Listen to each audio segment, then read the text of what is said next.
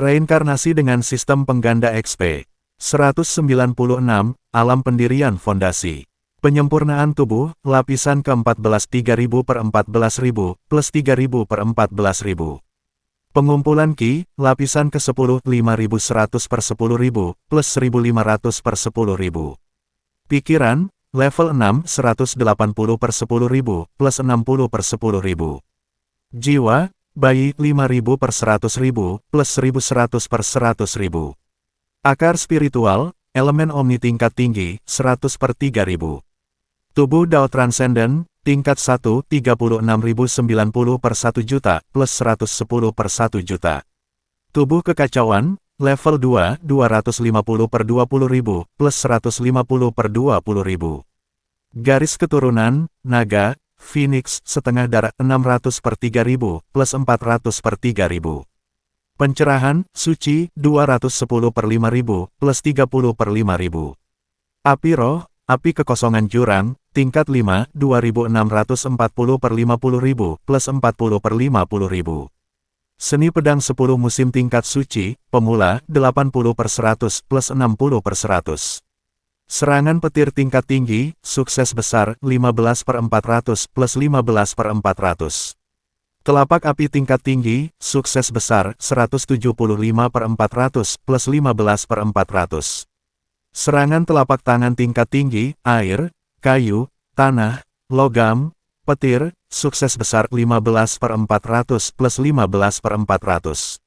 Es, Angin, Cahaya, Telapak Tangan Gelap tingkat tinggi, Menengah 150 per 300, plus 30 per 300. Koki, kelas 2, 100 per 800, plus 100 per 800. Penilai, kelas 3, 100 per 700, plus 100 per 700. Alkemis, tingkat 5, 150 per 500, plus 150 per 500. Pembuat Jimat, Guru Formasi, tingkat 5, 90 per 500, plus 30 per 500.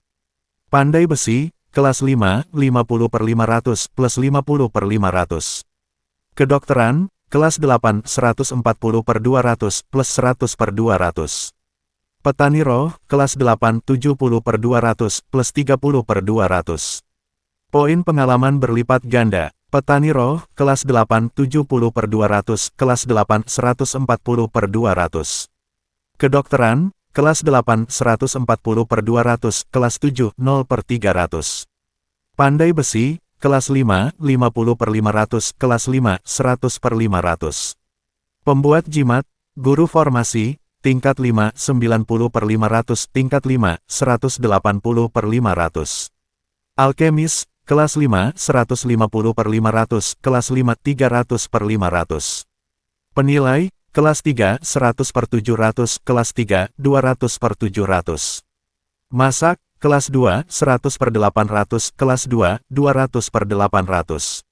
Es, Angin, Cahaya, Telapak Tangan Gelap tingkat tinggi, Menengah 150 per 300, Sukses Besar 0 per 400.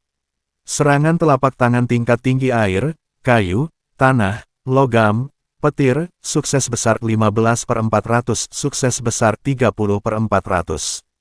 Telapak Api tingkat tinggi, Sukses Besar 175 per 400, Sukses Besar 350 per 400. Serangan Petir tingkat tinggi, Sukses Besar 15 per 400, Sukses Besar 30 per 400. Seni Pedang 10 Musim tingkat Suci, Pemula, 80 per 100, Keberhasilan kecil, 0 per 200. Api Roh, Api Kekosongan Jurang, tingkat 5, 2640 per 50.000, tingkat 5, 5280 per 50.000. Pencerahan, Suci, 210 per 5000, Suci, 420 per 5000. Garis keturunan, Naga, Phoenix, setengah darah 600 per 3000, setengah darah 1200 per 3000. Tubuh Kekacauan, level 2, 250 per 20.000, level 2, 500 per 20.000. Tubuh Dao Transcendent, tingkat 1, 36.090 per 1 juta, tingkat 1, 72.180 per 1 juta. Akar spiritual, elemen omni tingkat tinggi, 100 per 3000 tinggi, 200 per 3000. Jiwa, bayi 5.000 per 100.000, bayi 10.000 per 100.000. Pikiran, level 6 180 per 10.000, level 6 360 per 10.000. Pengumpulan Ki, lapisan ke-10 5.100 per 10.000, pembentukan fondasi, lapisan pertama 0 per 11.000. Penyempurnaan tubuh, lapisan ke-14 3.000 per 14.000, lapisan ke-14 6.000 per 14.000. Saat notifikasi sistem muncul di hadapannya, Xiang Yu merasakan dunia di sekitarnya tiba-tiba menjadi sunyi mencekam. Semuanya menjadi tenang dan damai hanya untuk sesaat. Tetapi dalam sekejap berikutnya, semuanya berubah, seperti bendungan besar yang akhirnya jebol karena tekanan yang sangat besar. Transformasi itu terjadi jauh di dalam dantiannya. Dengan memusatkan perhatian ke dalam, Xiang Yu menyaksikan sesuatu yang membuatnya terengah-engah. Gelombang Ki yang sangat besar mengalir ke dantiannya seperti tsunami yang dahsyat, energi spiritual itu semakin melimpah dari detik ke detik. Arus deras itu mengancam akan sepenuhnya melampaui kapasitas dantiannya. Xiang Yu merasa seolah-olah seluruh tubuhnya akan meledak kapan saja karena volume energi yang mengalir melaluinya. Namun di detik berikutnya, sesuatu yang luar biasa terjadi. Sebagian Ki yang kacau mulai mengeras menjadi sesuatu yang menyerupai balok-balok es. Balok-balok biru cemerlang ini membentuk dinding pelindung di sekeliling dantiannya, bertindak seperti penghalang untuk mencegah Ki meluap dan menghancurkannya. Tetapi bahkan dengan pengamanan ini, gelombang Ki yang tak henti-hentinya terus mengalir masuk tanpa henti. Kemudian, dinding-dinding itu mulai bergerak. Sebenarnya, dinding-dinding itu menyusut, menekan ke dalam melawan gelombang Ki yang besar dan memampatkan energi tersebut menjadi sesuatu yang jauh lebih ampuh dan halus. Xiang Yu bertanya-tanya apakah ini yang dimaksud dengan buku-buku panduan kultivasi ketika mereka menjelaskan bagaimana kualitas Ki meningkat secara dramatis ketika menembus ke alam yang lebih tinggi. Dia mengharapkan semacam transformasi, tetapi mengapa begitu dramatis? Dinding dantian terus melanjutkan siklusnya yang tak henti-henti, mengembang untuk menampung lebih banyak Ki, lalu berkontraksi untuk memampatkannya menjadi bentuk yang lebih padat. Dengan setiap siklus pemampatan, Xiang Yu dapat merasakan Ki-nya tumbuh semakin kuat dan lebih halus secara eksponensial. Dia bertanya-tanya apakah dia hanya membayangkan sensasi itu, karena perbedaan kualitas Ki dalam pengumpulan Ki dan pembentukan fondasi seharusnya tidak sebesar ini. Siklus kompresi berlanjut untuk waktu yang terasa seperti selamanya, setiap gelombang lebih intens daripada sebelumnya. Akhirnya, semua Ki yang meluap berhasil dikompresi dan dimurnikan hingga dapat masuk dengan nyaman ke dalam dantiannya tanpa mengancam untuk membanjirinya. Dinding dantiannya semakin mengeras saat Ki yang terkompresi terus meningkatkan dan memperkuatnya dari dalam. Xiang Yu perlahan membuka matanya, menarik napas dalam-dalam untuk menenangkan diri. Setelah hampir 2 bulan bertransmigrasi ke dunia kultivasi, dia akhirnya memasuki tahap pembentukan fondasi. Itu bukan kecepatan tercepat di dunia, tetapi tetap saja sesuatu. Saat melihat ke dalam dinding dantiannya, dia langsung tahu bahwa dinding itu sangat kokoh dan terbentuk dengan baik. Tampaknya fondasinya sangat kuat. Sekarang dia hanya perlu membentuk dinding-dinding ini menjadi inti yang padat untuk memasuki ranah pembentukan inti. Tetapi melihat persyaratan pengalaman untuk memasuki lapisan kedua pembentukan fondasi, dia hanya bisa menghela napas. Dia masih sangat jauh dari mampu mencapai hal itu. Dia mengepalkan tinjunya, merasakan kekuatan dahsyat mengalir melalui setiap serat tubuhnya. Meskipun dia tidak menjadi lebih kuat secara fisik karena terobosan itu, dia bisa merasakan bahwa dia dapat dengan mudah menghadapi dua versi dirinya yang sebelumnya dalam pertempuran. Peningkatan dramatis ini disebabkan oleh peningkatan kualitas Ki yang sangat besar. Saat menggunakan teknik peningkatan Ki, tubuhnya terasa jauh lebih kuat, dan dia dapat memperkuat teknik bela dirinya hingga mencapai tingkat yang tidak pernah dia bayangkan sebelumnya. Xiang Yu menghabiskan banyak waktu untuk memeriksa Ki murninya, bereksperimen dengan berbagai aplikasi dan menguji sifat-sifatnya. Setelah penyelidikan yang ekstensif, ia menyimpulkan bahwa Ki-nya kurang lebih setara dengan kualitas yang biasanya dimiliki oleh kultivator inti emas. Kualitasnya sangat tinggi dalam hal pemurnian dan kemurnian, meskipun masih jauh dari mencapai perubahan kualitatif sejati seperti Ki sejati yang dimiliki oleh para ahli alam formasi jiwa. Namun, ia sedikit bingung, bagaimana Ki-nya bisa meningkat ke tingkat yang luar biasa. Setelah mempertimbangkan beberapa hal, ia menduga itu pasti ada hubungannya dengan sistem tersebut. Saat berlatih menggunakan sistem itu, tampaknya selalu menghasilkan hasil terbaik yang mungkin. Itulah mengapa setiap kali ia menembus tingkatan dalam berbagai profesinya, ia selalu muncul sebagai praktisi terbaik di tingkatan tersebut, memiliki semua formula dan teknik yang tersedia di tingkat itu. Jadi, masuk akal bahwa bahkan ketika menembus tingkatan kultivasi, sistem akan mengoptimalkan fondasi terbaik yang mungkin. Apakah ini berarti dia akan selalu tak terkalahkan di tingkatan yang sama? Setelah beberapa pertimbangan, ia memutuskan untuk menamai fenomena ini batas mutlak. Pojok penulis. Beberapa statistik intrinsik tampaknya mengalami peningkatan yang sangat drastis. Bagi yang lupa, ini karena dia meminum pil kelahiran kembali. Saya rasa sekitar bab 180-185. Seperti biasa, laporkan jika ada kesalahan atau hal yang terlewatkan dan saya akan segera memperbaikinya. 197, Kunjungan Malam, Bagian 1. Beralih perhatian ke atributnya yang lain, Xiang Yu menyadari bahwa banyak di antaranya meningkat drastis hanya dalam satu hari. Sebagian besar pertumbuhan eksplosif ini dapat dikaitkan dengan pil kelahiran kembali yang ia terima dari adik perempuannya. Melihat kultivasi pemurnian tubuhnya, perkembangannya hampir tidak masuk akal. Pil kelahiran kembali telah memberinya 1000 poin, kemudian stimulasi garis keturunan menambahkan 2000 poin lagi. Setelah efek penggandaan sistem, dia sekarang memiliki total 6000 poin.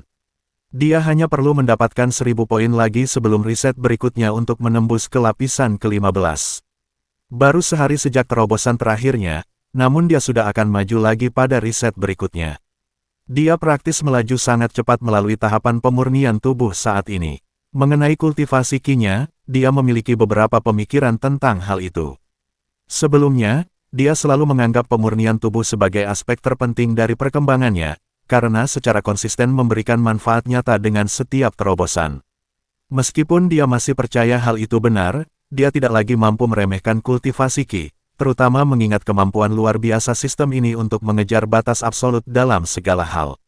Pikiran-pikiran ini sebagian besar terbentuk karena apa yang terjadi sebelumnya ketika klon jiwa menyerangnya. Pertemuan itu menunjukkan kepadanya bahwa kekuatan fisik mentah masih memiliki batas dan ada beberapa hal yang tidak bisa ia atasi hanya dengan kekuatan fisik yang lebih besar. Bahkan jika ia terus meningkatkan kultivasi tubuhnya, akankah ia pernah mampu mengalahkan jiwa hanya dengan kekuatan fisik? Masalah ini agak teratasi ketika dia menerima teknik serangan jiwa dari adik perempuannya, tetapi masih ada keterbatasan mendasar yang tidak bisa diselesaikan hanya dengan memiliki teknik yang tepat.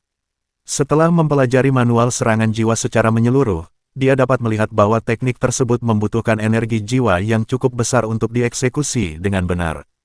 Jika dia memiliki Qi sejati alih-alih energi spiritual murni yang dimilikinya saat ini, kebutuhan energi jiwa akan berkurang secara signifikan.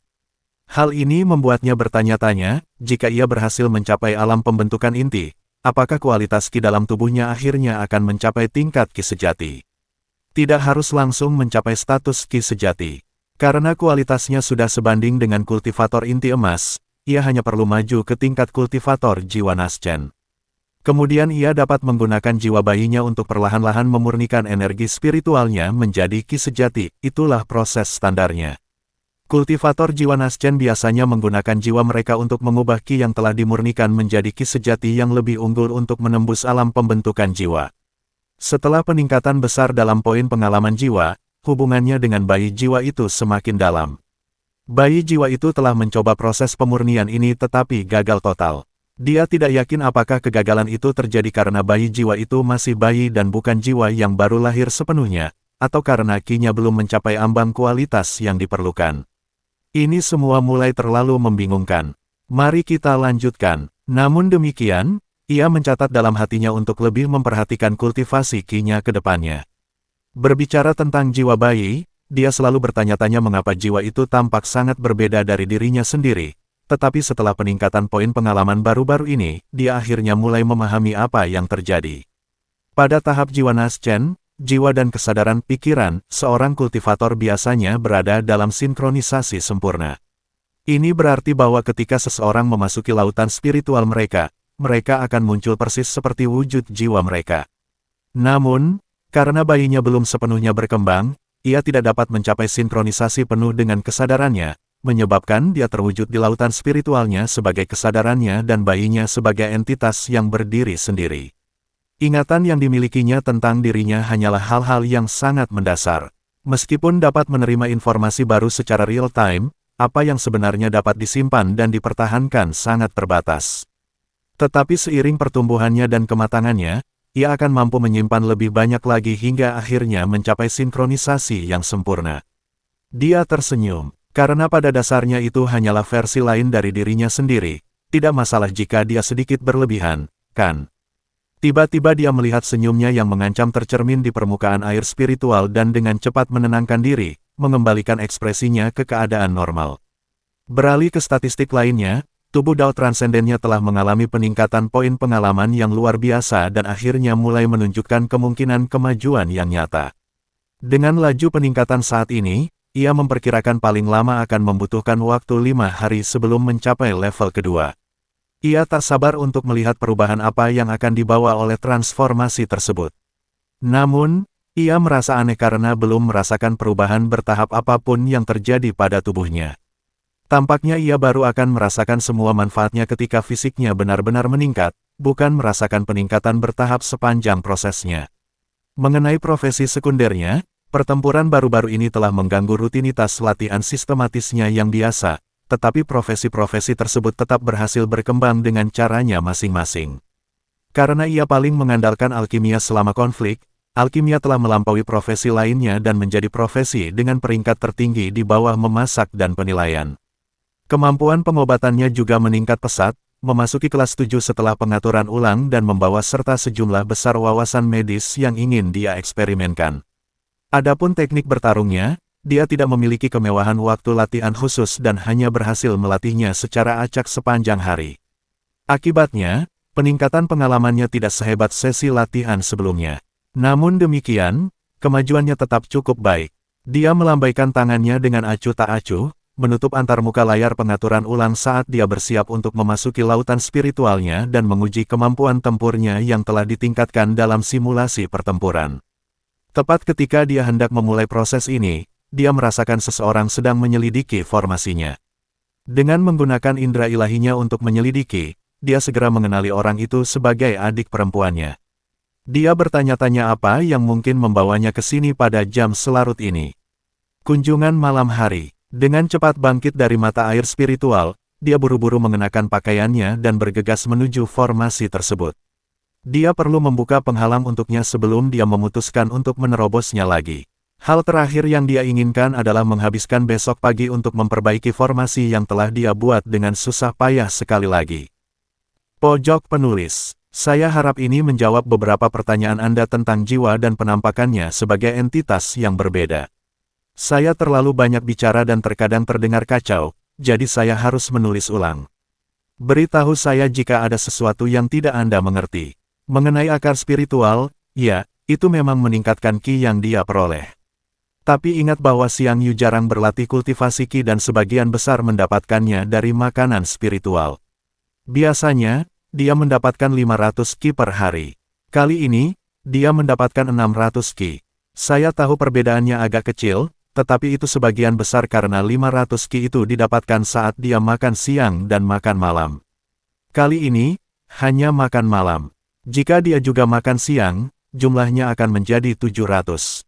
Saya pikir ini angka yang bagus karena tidak terlalu besar atau terlalu kecil. Bagaimana menurut kalian? 198, Kunjungan Malam, Bagian 2.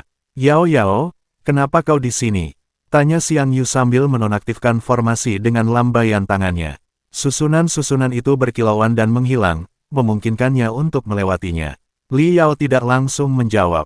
Sebaliknya, dia mengulurkan tangan dan menarik jubahnya dengan jari-jari yang gemetar, gerakannya sedikit ragu-ragu.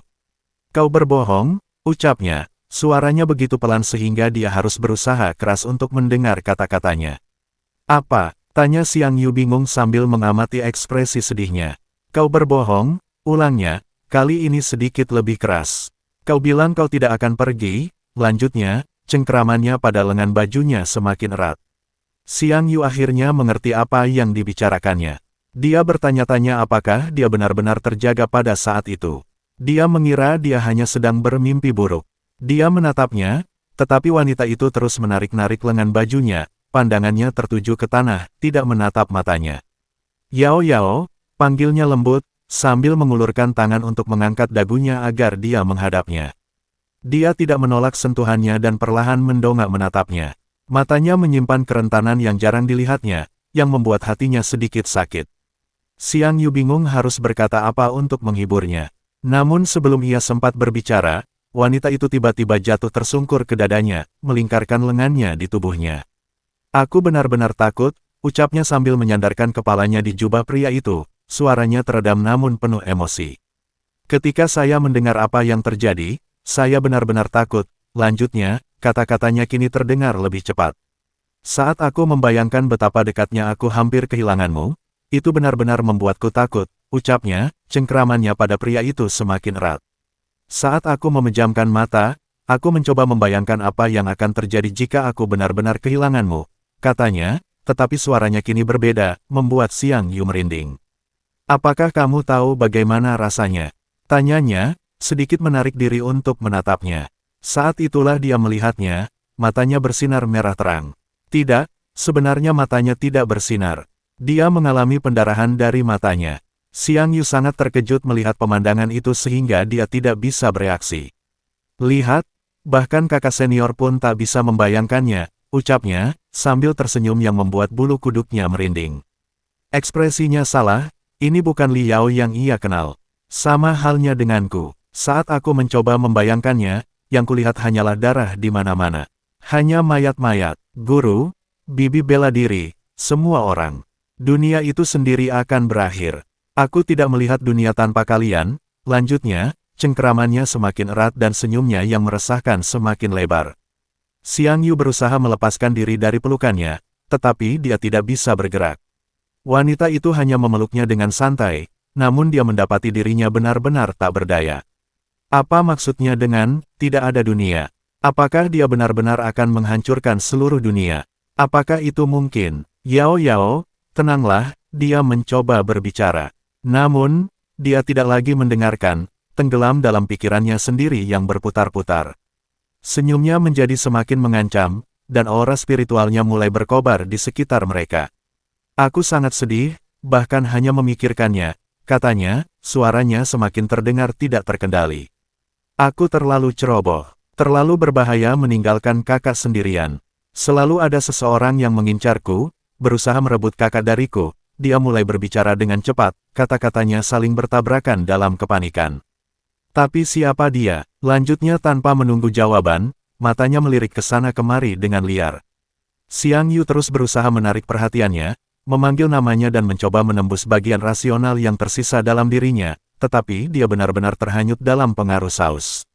Tidak, aku tidak yakin siapa dia, ucapnya, auranya semakin membara, menciptakan distorsi di udara di sekitar mereka. Kalau begitu, aku harus menyingkirkan semua orang. Tekanan spiritualnya semakin memuncak. Benar, dengan cara ini, hanya aku dan kakak laki-laki yang tersisa. Kita bisa saling mencintai selamanya, hanya kita berdua. Indah, bukan, hanya memikirkannya saja, lanjutnya, suaranya terdengar melamun, hampir euforia. Sebelum dia semakin terjerumus ke dalam hayalannya, Xiang Yu bertindak berdasarkan instingnya. Dia memeganginya erat-erat dengan kedua tangan dan menempelkan bibirnya ke bibir wanita itu. Itu lebih untuk membungkamnya daripada apapun. Ia terkejut dengan ciuman tiba-tiba itu, matanya membelalak kaget saat genggamannya pada pria itu mengendur sedikit sehingga pria itu bisa bergerak lagi.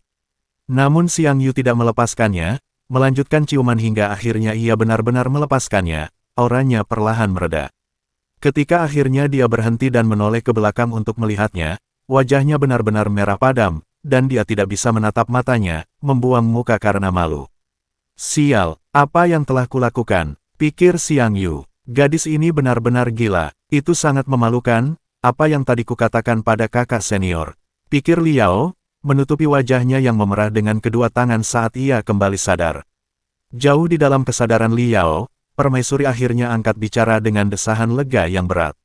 Apakah kau akhirnya kembali? Tanyanya. Permaisuri merenungkan apa yang baru saja terjadi. Li Yao hampir jatuh ke dalam penyimpangan Qi. Yang lebih aneh lagi adalah ketika Liao mulai jatuh ke dalam keadaan itu, permaisuri telah mencoba untuk ikut campur dan membantu menstabilkannya, tetapi hubungan mereka secara misterius terputus. Bagaimana itu bisa terjadi? Xiang Yu meletakkan tangannya dengan kuat di bahunya, cengkeramannya lembut namun tegas saat ia memaksanya untuk menghadapnya langsung. Ia merasakan tangan hangatnya di wajahnya, membuatnya sedikit rileks. Kakak senior, dia memulai, suaranya bergetar. Ikutlah denganku, ucapnya, memotong ucapannya sambil menarik tangannya dan membimbingnya masuk ke dalam urat roh. Ia mengikuti tanpa perlawanan saat pria itu membawanya lebih dalam ke gua bagian dalam urat roh. Xiang Yu memasuki kolam urat spiritual tanpa repot-repot melepas pakaiannya. Kemudian, ia mengetuk permukaan air dengan tangannya, memberi isyarat agar wanita itu bergabung dengannya. Dia dengan lembut memasuki mata air itu dan perlahan-lahan menurunkan dirinya lalu berbaring di antara kedua kakinya, punggungnya hampir menyentuh dadanya. Xiang Yu memeluknya dari belakang, membuat wajahnya memerah padam saat ia merasakan detak jantungnya yang teratur di punggungnya. Kakak senior, dia mencoba berbicara sekali lagi, tetapi Xiang Yu dengan lembut menempelkan jarinya ke bibirnya. Set, katanya lembut, membuat wanita itu langsung terdiam, meskipun jantungnya terus berdebar kencang karena kedekatan mereka. Yao Yao, bisiknya langsung ke telinganya. Dia bisa merasakan napas hangatnya di telinganya saat dia berbicara. Jawabnya pelan, sambil sedikit bersandar ke pelukannya. Xiang Yu berpikir dalam hati bahwa karena dia sudah terlanjur terlibat dalam masalah ini, sebaiknya dia langsung mengambil keputusan sepenuhnya. Mundur sekarang hanya akan berakhir buruk baginya.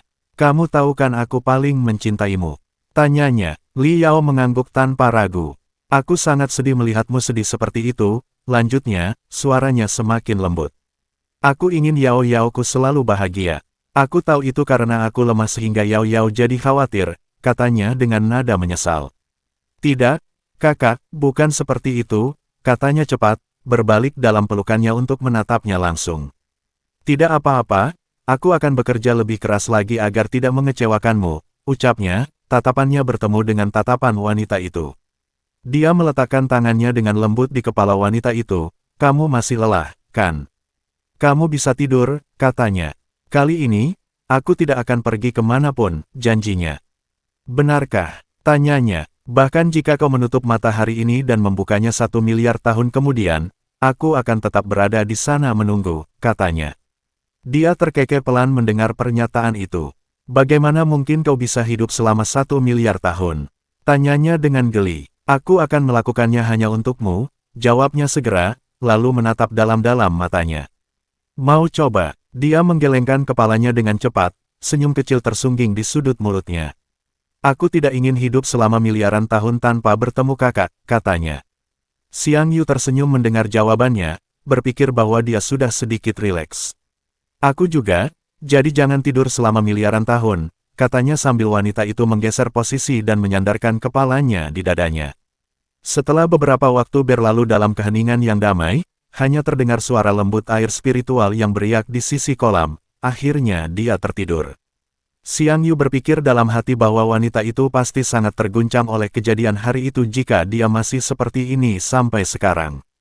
Yah, dia pada dasarnya telah memenjarakan dirinya sendiri di tempat ini dengan membuat janji-janji seperti itu, jadi dia tidak akan mengikuti rutinitasnya. Setelah dengan cermat memastikan Li Yao tidur dengan tenang, dia memejamkan mata dan membiarkan kesadarannya tenggelam ke dalam lautan spiritualnya. 199, Kunjungan Malam, Bagian 3. Di dalam lautan spiritualnya, Xiang Yu menyadari bahwa dia harus melakukan sesuatu yang berbeda kali ini karena dia tidak bisa bergerak. Untungnya, profesi petani spiritual dan alkimianya sudah melewati titik tengah dan akan naik ke level berikutnya setelah riset berikutnya. Kau, latihlah teknik Soul Spike, perintahnya kepada bayi jiwa itu, yang segera mulai berlatih. Meskipun Xiang Yu telah mempelajari manual Soul Spike dengan cukup teliti, dia belum mencoba mempraktikkannya sendiri. Persyaratan energi jiwanya sangat besar, tetapi sekarang setelah efek penggandaan sistem, dia merasa memiliki cadangan energi jiwa yang cukup memadai untuk mulai mempelajarinya. Meskipun begitu, dia tahu bahwa dia tidak akan memiliki energi yang cukup untuk berlatih teknik itu lebih lanjut setelah mempelajarinya. Oleh karena itu, dia perlu strategi yang berbeda, sebenarnya tidak jauh berbeda dari apa yang dia lakukan sebelumnya. Dia akan membiarkan bayi jiwa itu berlatih terlebih dahulu untuk mendapatkan 1 poin pengalaman saja.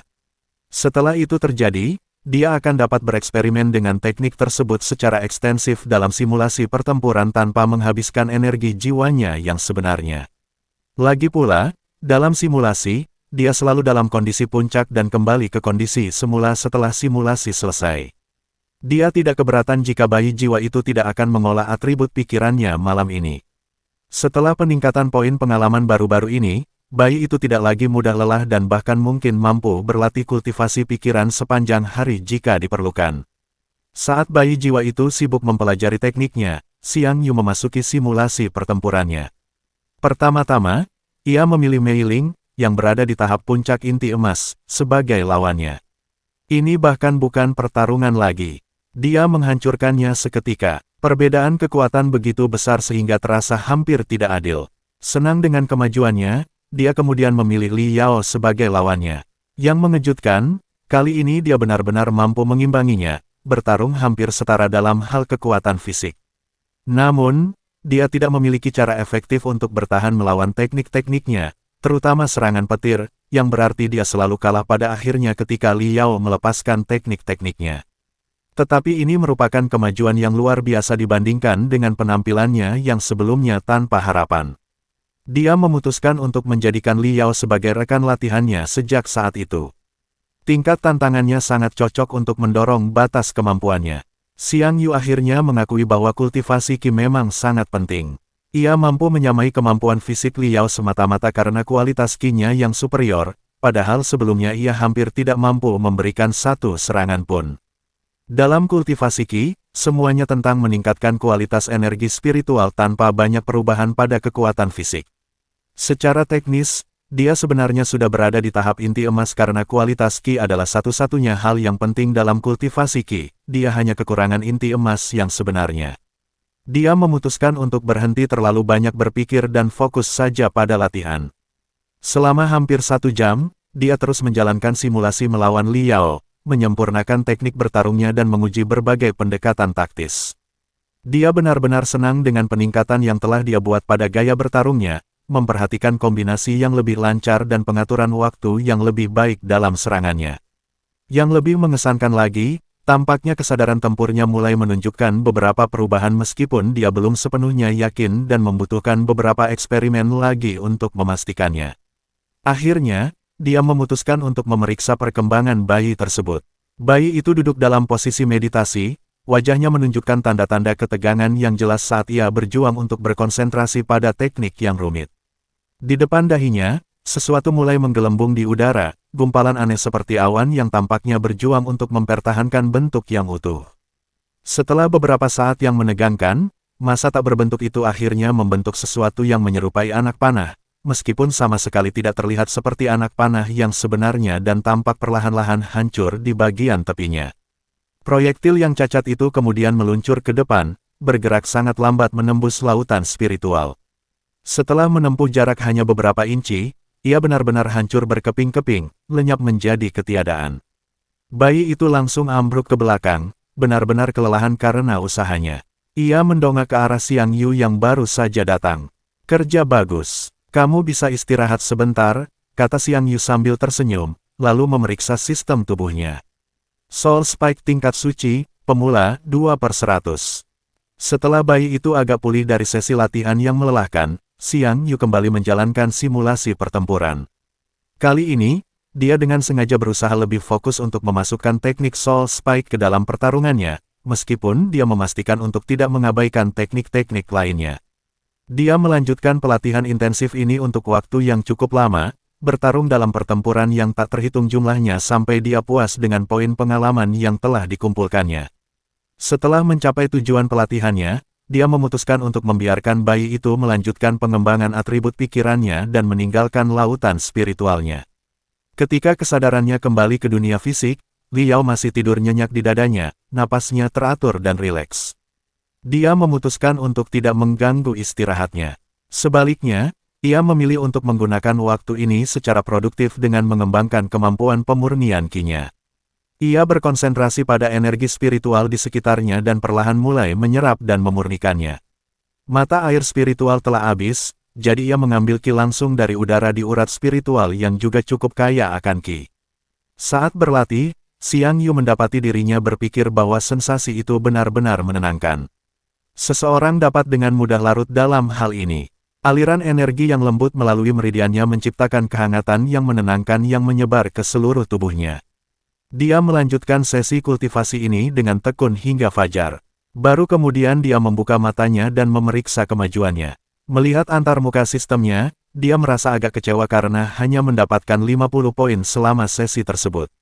Meskipun mengingat jangka waktu yang relatif singkat, dia rasa itu tidak sepenuhnya buruk, tetapi tetap terasa cukup rendah dibandingkan dengan perolehan poin biasanya dari makanan spiritual. Tampaknya berkultivasi tanpa bantuan alat bantu cukup sulit. Dia bertanya-tanya bagaimana kultivator lain melakukannya. Saat ia merenungkan hal ini, ia merasakan Liao mulai bergerak di dekatnya. Ia perlahan membuka matanya, berkedip dalam cahaya pagi yang lembut yang menyaring ke dalam pembuluh darah spiritualnya. "Kakak," gumamnya, masih belum sepenuhnya terjaga, suaranya lembut dan sedikit mengantuk. "Lihat, aku masih di sini," ucapnya sambil tersenyum lembut. Ia membalas senyumannya sambil perlahan duduk, sedikit meregangkan badan untuk menghilangkan kekakuan akibat tidur dalam posisi yang tidak biasa.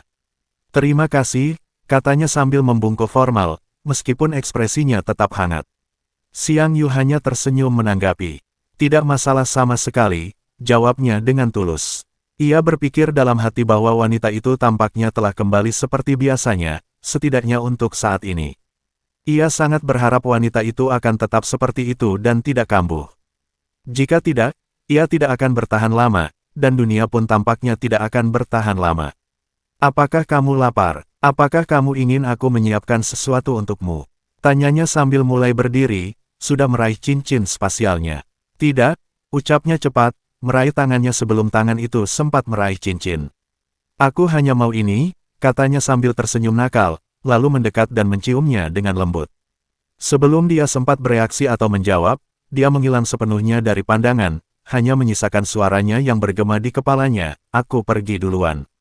Xiang Yu tetap berdiri sendirian di dalam urat roh yang kosong.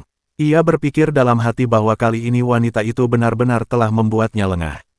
Sedikit rona merah muncul di pipinya sebelum ia menggelengkan kepala, memaksa dirinya untuk kembali fokus pada hal-hal praktis.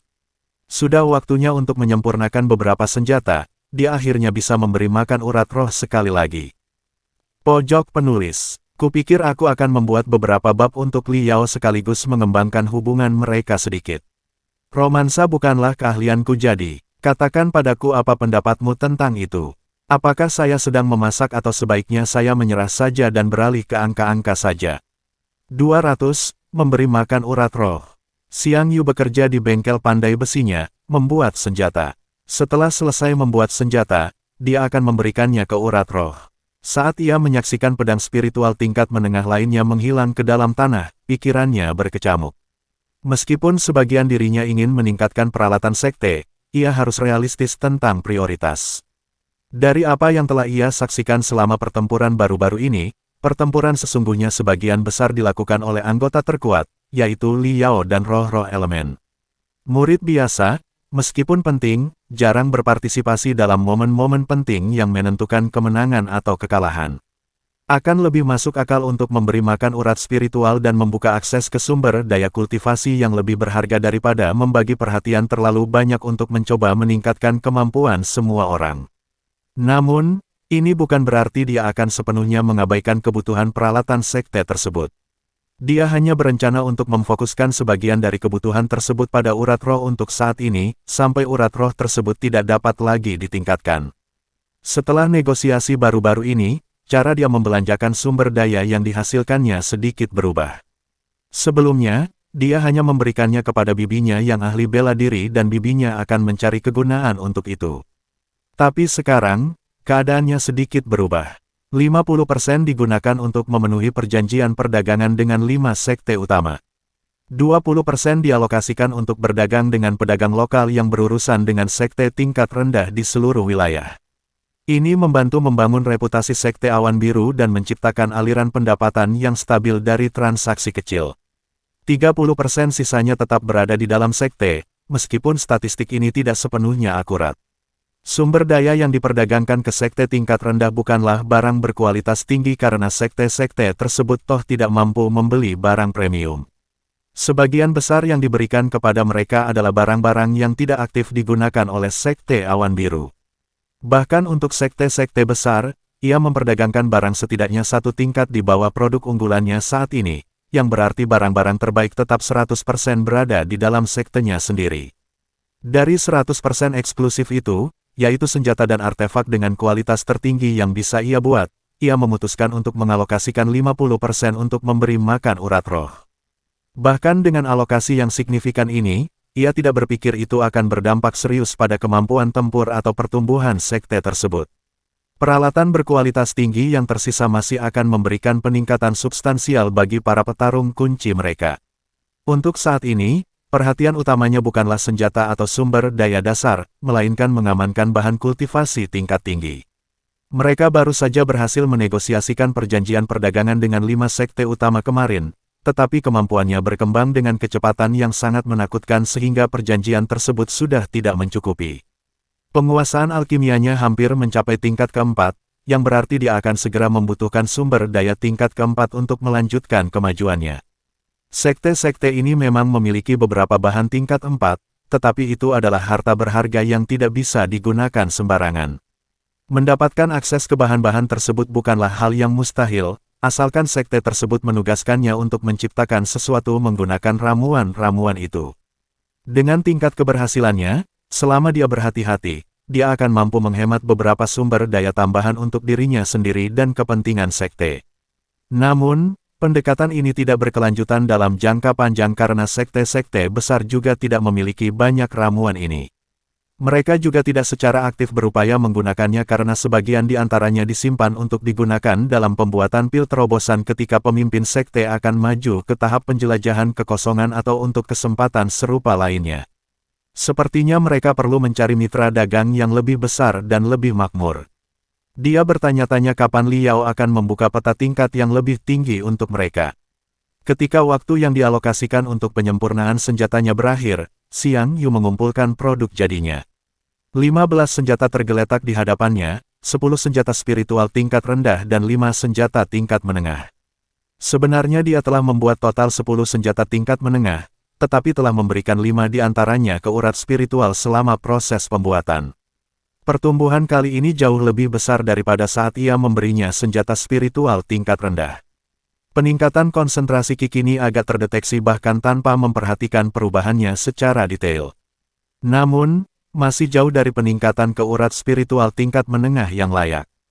Transformasi itu akan membutuhkan pemberian makan yang jauh lebih banyak. Setelah menyelesaikan pembuatan senjatanya, Xiang Yu beralih ke pembuatan jimat. Karena bayi jiwa itu masih dalam masa pemulihan dari sesi latihan yang melelahkan dengan teknik tusukan jiwa, dia memutuskan untuk tidak memintanya membantu membuat jimat kejut jiwa untuk saat ini. Sebagai gantinya, dia fokus pada pembuatan jimat standar untuk penggunaan sekte dan tujuan perdagangan. Membuat jimat tingkat rendah terbukti cukup mudah mengingat penguasaannya tingkat 5. Ki-nya bergerak hampir secara otomatis saat ia membuat ribuan jimat tingkat 7 dan lebih rendah. Jimat-jimat ini akan melayani murid-murid sekte dalam kultivasi dan misi harian mereka, sekaligus menyediakan barang dagangan berharga untuk berurusan dengan sekte-sekte kecil di seluruh wilayah tersebut. Untuk kelima sekte utama, dia memurnikan beberapa ratus jimat tingkat 6 untuk mereka. Namun, dia sengaja tidak menyertakan jimat guncangan jiwa dalam kumpulan ini, meskipun dia mampu membuat varian tingkat 6.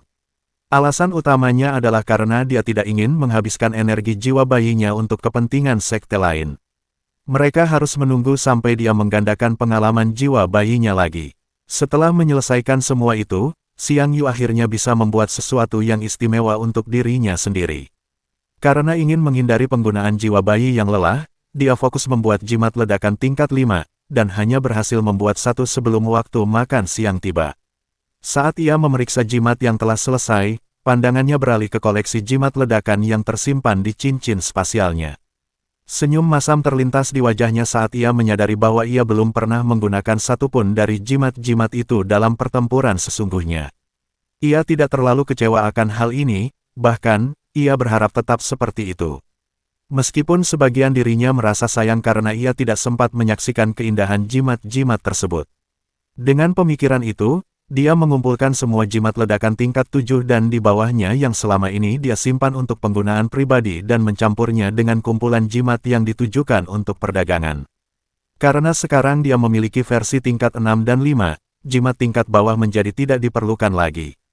Jimat tingkat 6 dan 5 masing-masing dapat mengancam kultivator alam Naschen Soul dan Soul Formation, dan mengingat kekuatan tempurnya telah mencapai tingkat tersebut, dia tidak lagi membutuhkan senjata yang dirancang untuk lawan yang lebih lemah. Setelah menyelesaikan pekerjaannya, Xiang Yu menyegel bahan-bahan kerajinannya dan meninggalkan urat roh untuk menyiapkan makan siang. Selanjutnya bab 201, Formasi kelas 5.